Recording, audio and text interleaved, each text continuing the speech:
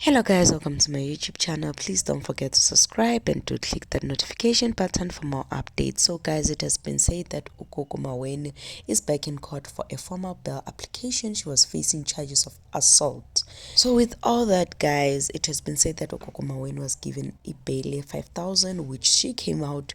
So ute ephuma Gogo maweni guys, she went to the river to thank our ancestors, like we can say by the images that I just posted here, esemfuleni and with the sheep thing at the back.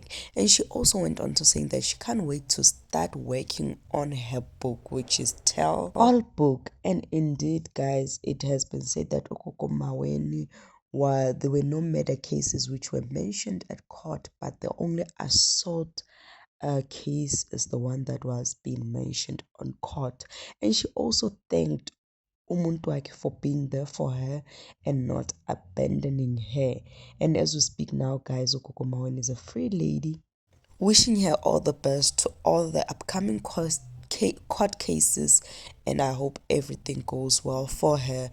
But guys, angas, please do comment below and let me know what you have to say about this, and please guys do subscribe if you haven't done so.